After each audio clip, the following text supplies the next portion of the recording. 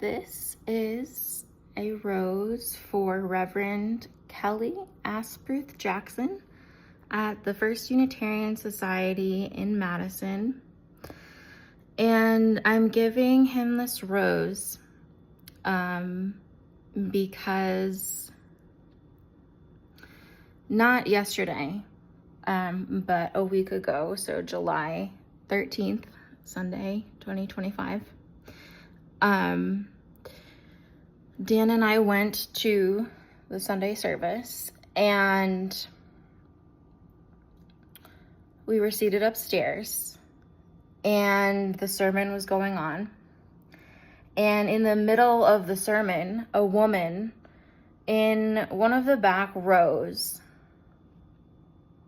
fell backwards. It was very shocking. She just fell backwards off her chair onto the floor. And everyone, for the most part, turned towards her to see what they could do, to see if they could help, see if she was okay. And Reverend Kelly Asprooth Jackson stopped his sermon and made sure that the situation was taken care of. Which means that Reverend Kelly Asprooth Jackson is sensitive. And I know he's autistic. I don't know if he does.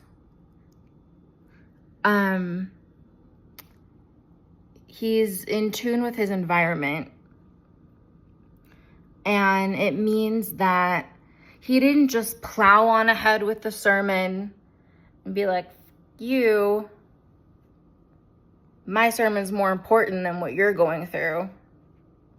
No, he honored that we're all one, and that if there's an issue going on in his church, that should get precedence over his sermon.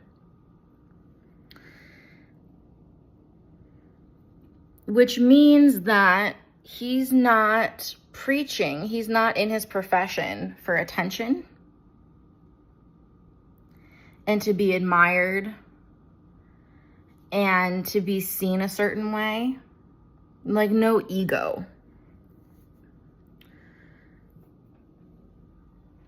It means that you can feel safe going to that church, because if something's going on with you, it's going to be cared for by the church. You're not just going to be overlooked and forgotten. And it's not just the purpose of the church isn't just to glorify preachers. Let's think about that one for a second. How many churches that are around today or in the past, the whole system is set up to glorify the pastor, the priest, the preacher,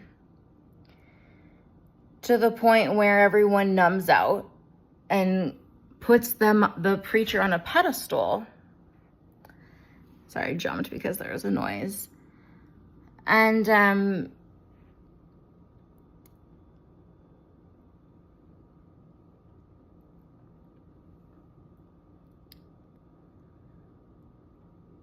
I don't like that. I don't like that mentality. I don't like that at all. And so that's why this rose is for Kelly. Because, in my opinion, he was with God in that moment. And yes, the sermon did continue on after everything was made okay. But he did stop he did stop the sermon. And he did make sure that it was okay, that the person was okay.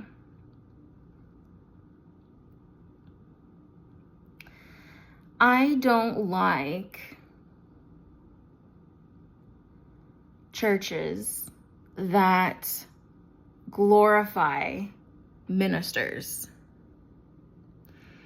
and feed their ego.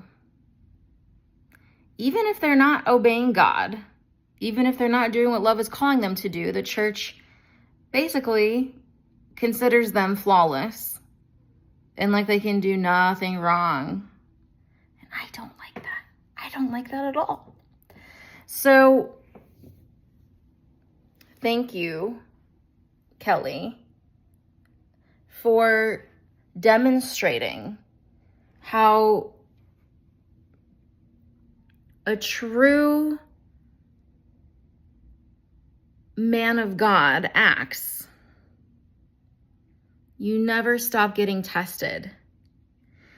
And you won't stop getting tested. It's one thing to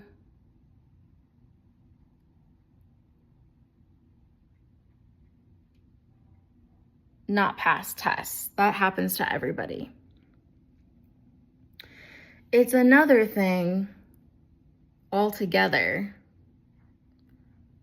to be uplifted by an entire system when you're not passing your test. That means there's something wrong. One thing that I like about FUS in Madison is that they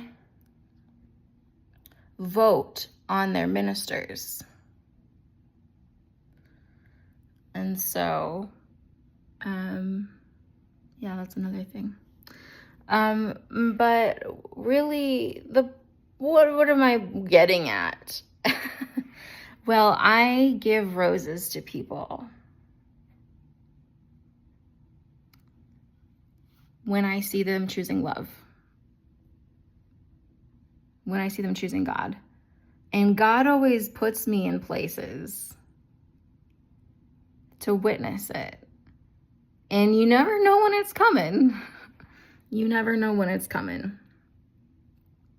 So, that being said, I'm not saying I'm perfect either. But I like to acknowledge in reality where real love is.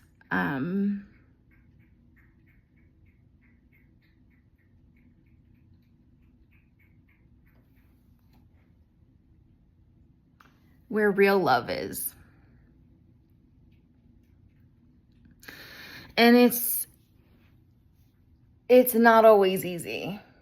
When you've been conditioned as a minister or a preacher that like you're so awesome and everyone comes to see you every day or every week, well, what people are really coming for is God and the God that you're channeling.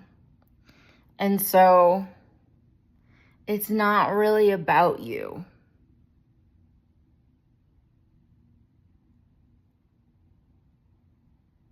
Are you doing love's bidding?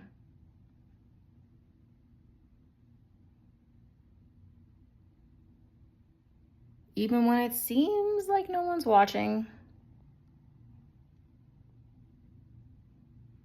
What do you do? What would you do?